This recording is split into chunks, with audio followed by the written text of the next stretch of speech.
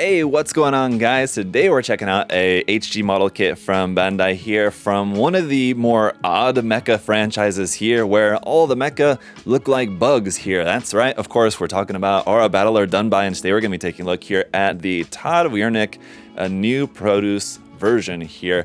And it's a pretty interesting looking kit here, as you can see. So we have this like beetle shaped looking mecha. I've not ever built one of these kits. I can't say that I'm a huge fan of the designs generally, but I wanted to check one out and share with you guys my thoughts on it. So I picked this one up here, this HG here from Bandai, all the way back from 2001. So I'm guessing it's not really going to be the best model by today's standards, but it should be at the very least very interesting. Let's go ahead and check it out for today's video. And so taking a look at the box here before we dive into the contents, you'll notice that the box art, I don't know, honestly, is a little bit lacking. It's a really nice photograph here of the very nicely modeled model kit, but I feel like, you know, without kind of Bandai's typical sort of illustrated artwork would have been much more cool to see on the box art, but you know, maybe it's just a different style anyway. The sample build here does look really good. You can see some really nice shading on that. It looks very nice. But going on to the sides of the box, just going to be the same thing. This is 008 in the HG Aura Battler lineup there. It's going to look like that. On the bottom of the box, we've got images of the built and painted kit here, full view, front and back. There's what it looks like with those wing parts extended.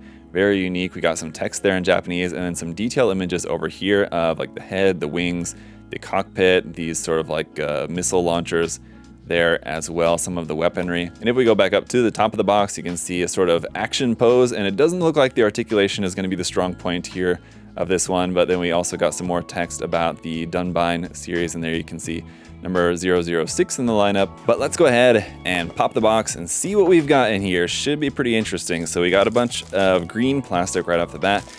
Not too surprising there. We'll take a look through the runners here more closely in just a moment. But here on the instruction manual, we will once again have a look at a nice big fully painted reference image there of the kit. This does have some nice information over here in English as well for you, which includes the armaments. We've got the Aura Sword, Aura Dagger, Aura Vulcan, Missile Pod, and Wire Claw. Kind of reminds me of in 00, how everything's always GN something, GN Sword, GN Rifle, GN Blaster, etc. So anyway, back here on the back side of the manual, just some more nice images there of the fully painted kit. We got the color guide down there at the bottom, just a couple of shades of green, yellow, and light blue, essentially, so pretty simple. On the inside, if we unfold that out, we've got some more images and some more information here about some of the different aspects of the design. That's all there in Japanese. Some more text down here at the bottom and over here. More about the world of Dunbine. And there's a little bit about the pilot right there, for example, and some cool line art as well.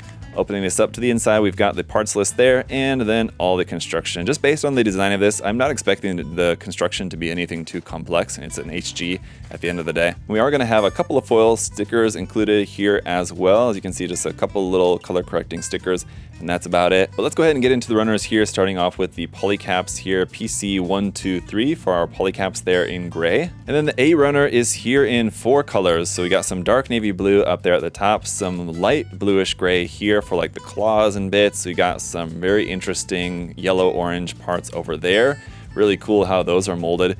And then our main green color over here. And that's going to continue on to runners B and a C here as well. You can see how that's going to look. Obviously, it looks like there's going to be a fair amount of seam lines here with this one, as you might expect, just based on the design. But runner D here is going to be more parts in that dark navy blue for basically all like the joint parts there, it looks like. We got some parts for the hands as well. And then runner E is going to be our clear parts for the kit. So a couple of clear parts there, our wing parts, and it's not in like a perfectly clear, it's just like somewhat translucent clear color there. Quite interesting for those, but some nice detail there for those wing bits. As you would hope, as you would expect, those are going to look pretty nice, I think. And lastly, here in dark gray as well is runner F, which is in a softer rubber material here. As you can see, it's actually TPE there, as you can see on the back for a couple of parts there. We'll see how these end up working on the kit. Typically not a big fan of seeing parts like this included with kits, but we'll see if these end up being too big of a downer on the overall kit or not. We'll see, but I got to get the kit built up and then we'll check it out. Alright guys, here is the kit, all built up. Really interesting kit, that's for sure. There was times building this kit where I thought, man, for a kit as old as it is, there's some really like not too bad engineering in here. And then there was other times where I was reminded, okay, yeah, this is a kit from 2001. It's definitely older. So overall, I think it's got a really interesting design, and I think that the way that the construction is for a kit like this, that older level or quality of construction that we have with this one, you know, is definitely going to make it, you know, feel its age. But I think it kind of fits the design. I think that just this design overall has such the kind of old feeling to just the kind of general aesthetic that the build actually kind of matches that quite well, if that makes sense. But anyway, let's go ahead and start off the review here, taking a look at our accessories. And on that note, we really don't have much for accessories, but for hands, we have these open hand options. And then we also have this set of weapon holding hands here, which we can use for the sword. And then here in the side of the leg, we have this mini dagger here, which can be held in the hand, just a single piece. And then for up here in the backpack, you'll notice that these parts here, or I guess it's sort of a backpack anyway, I guess we can call it that. There's asymmetrical, and that's because here is where the longer sword goes. So it's a larger sword here, still just one piece, but that will just fit right into there like so. And you may have just heard there a piece fell off. That was this piece here off the backpack that just popped off of there. And that's going to lead me to a good point here. Since that's all there is for the accessories, we can talk a little bit about the construction here of this guy, because there's another piece that definitely likes to fall off very easily, and it's this one here right on the front. You'll notice if I just tap this a little bit, it's looking kind of loose there. It's not really wanting to stay on, and this just can fall off really easily. So I definitely recommend gluing that piece in. And through this clear piece here in the center, you can see our seated pilot figure right inside there, which is kind of cool detail. But if you look back at the promotional artwork for this kit, you'll notice those parts there at the front of the chest are not clear, and also the antennas are not clear. So I guess those are, I mean, you know, we have them as clear parts, I guess, as an interesting option there for you if you wanted to keep them in clear. And the antenna being clear is kind of cool, I would say.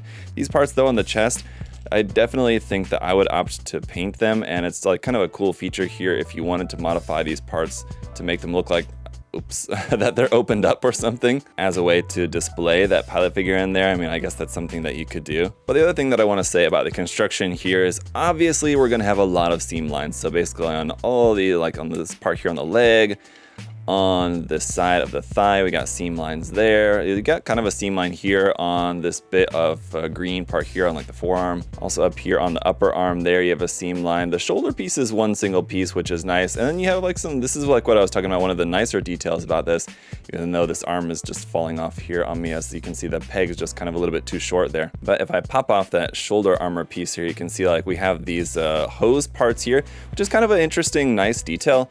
One thing about that though is that this shoulder armor doesn't have like the strongest connection, and these hoses, although they're soft, do tend to like push up on the shoulder armor. So it's another piece you may want to glue in place, because those rubber parts are going to be pushing that shoulder up and off there eventually. But as to continue on here, of course, we also have seam lines down the length of these backpack parts, and there's also going to be one down the middle of like the hip section. Now you have like a panel line detail right there, and then this little like tiny little mini dong piece at the end is a single piece, but there's a little bit of a seam line there at the front. And then here on the kind of underside, there's a seam there. And you'll also notice there's nowhere to plug this onto an action base. So you'll have to customize that if you want to have this plugged onto like your standard action base. Now, while we're here, we can take a look at those rubber parts, because here's one of the rubber parts here in the knee. The other rubber parts are basically just going to fit in the connections here between the leg and the hip section, right in that bit there. And then also the one I was just talking about here, up here at the shoulder. This elbow part right there, while it looks very similar, it's not actually a soft rubber part here. So just to talk a little bit about the articulation, it's not going to be great as you might expect. We've got like a 90-degree bend there at the elbow, here at the knee as well. With that rubber part on there, it is actually going to inhibit the bend. It's, even though it's meant to move and flex, it doesn't really do that very well. So we're going to have like less than 90-degree bend there. The toes are interesting, as we do have individual movement of those. They're on ball joints, and those fortunately don't have any seam lines on them. And we have some kind of nice color separation there with those. The back toe actually doesn't move. Just the three front ones are on ball joints and can move slightly. Up underneath the toes, we are going to have some hollow gaps there as well. In the midsection, and I'll put these clear parts back on there in a minute, but you do have a ball joint which will allow you like some ab crunch here actually, although the weight of the backpack is going to be so heavy that it's just going to fall back immediately every time. And the head is kind of interesting too, as as that can lift up to there, and then it can be pressed all the way down into there. So you have some movement there with that, and the stickers are just going to be for that like kind of light colored edge part right on the front of the head, and then stickers for the eyes. You can turn the head sort of a little bit side to side there, and then we have this gimmick of these parts here to the sides of the head on the top of the torso there. You can basically just rotate that down, and that will expose some missiles inside there. Now rotating this back up, kind of challenging to do, so I would recommend using one of your swords to kind of push this back into there enough so that you can lift that up and then cover that back up again. Going back to the backpack, these wings are connected on ball joints here as well, and this is as far down as they can go. Like the larger one towards the back can go down slightly farther, but these can obviously be raised up like this as well, and those definitely look good there and clear. Some really nice detail on those. And then these larger sections can also be moved up and down, side to side. Those are on ball joints as well, so you can angle those, move them up and down if you wanted to display it like it's flying or something like that, which could be cool. But again, we don't have any way to plug this onto an action base, so you'll either have to use like a clasping action base connection around the waist, or you'll have to just drill a hole into the waist section there. Or I would maybe recommend drilling a hole. This piece keeps falling off there on the back.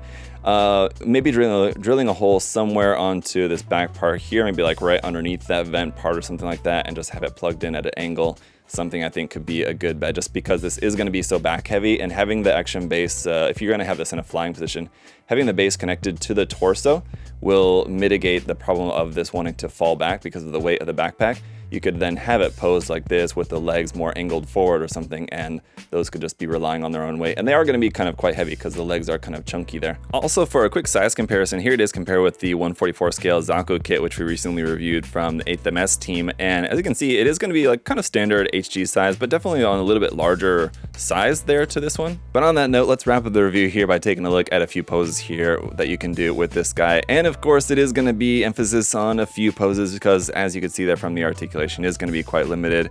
The hips are also just ball and socket joints, which unfortunately don't allow for a whole lot of movement there, so that's always going to be a very limiting factor to these older kits. Just the hip joints is really going to restrict the range of dynamic poses that you're able to do with these, unfortunately. But still, with this, like I was just saying a moment ago at the start of the review, is that the thing with these kits is that I feel like the aesthetic of the design kind of matches pretty well with the limitations of the model kit. I mean, like, it would be cool to have a version of this kit that could be like really super dynamic, and it would be nice to see Bandai making some more new updated HGs of these kits. I think they did just recently make a updated Dunbine kit that was a premium Bandai release, if I remember correctly, right? And I believe Max Factory did as well. So I mean, those are available, but it'd be cool to see Bandai doing like a sort of HG revive line of these, even though this is an HG actually. But some sort of like revived line of these, or maybe something in like an entry grade could even be kind of cool as well. I mean, this is not necessarily a very complex model, so I could definitely see this as being some sort of entry grade or something like that. But if nothing else, this is definitely the kind of kit that you can enjoy simply for its uniqueness. It's definitely not really quite like anything else that you can get in terms of like mecha models, and that just kind of goes for this whole series, or a Battler Dunbine series. So definitely, if you're looking for something a little bit different to build, this is a line that I would recommend you guys check out. And that's why I wanted to check it out for myself here as well, just because I'd never built any of these kits. I don't really like the designs that much, but I just wanted to, check the kits out and see, how I might enjoy the kit. And I don't enjoy this kit, terribly a lot, but I am actually looking forward to doing some work on it, because I think I will enjoy this if I, treat it a bit more similar to something like a Machine Krieger model kit, where I can, like put some texture on the armor, basically turn it into like a fixed pose kit, maybe use some putty in those joints instead of those rubber parts. And yeah, I think it's just the kind of kit that, straight out of the box, it's kind of going to be kind of harder to enjoy. But if you want to take some time to, spend some time working on it, doing some additional modeling on it, I think it's the kind of kit that you can really make it shine with a little bit of extra work. So that's my thoughts on it. Let me know what you guys think about this kit down in the comment section below. Have you built this kit or any of the other kits from the line, or is this something that you're wanting to try out, like me? And if you guys do have any other recommendations from the line that you would recommend for me, or you would like to see me review in the future, definitely let me know. I'll take that into consideration. But if you guys want to check out some more of these kits or anything else from Bandai, you can check out the link in the video description to USA Gundam Store. Got all sorts of great stuff there for you guys to check out. So check out that link. And as always, guys, thank you so much for all of your support, leaving a like, making sure that you're subscribed. I really appreciate it. Thank you guys so much. Until next time, hope you all having a great day. See y'all later. Bye, guys.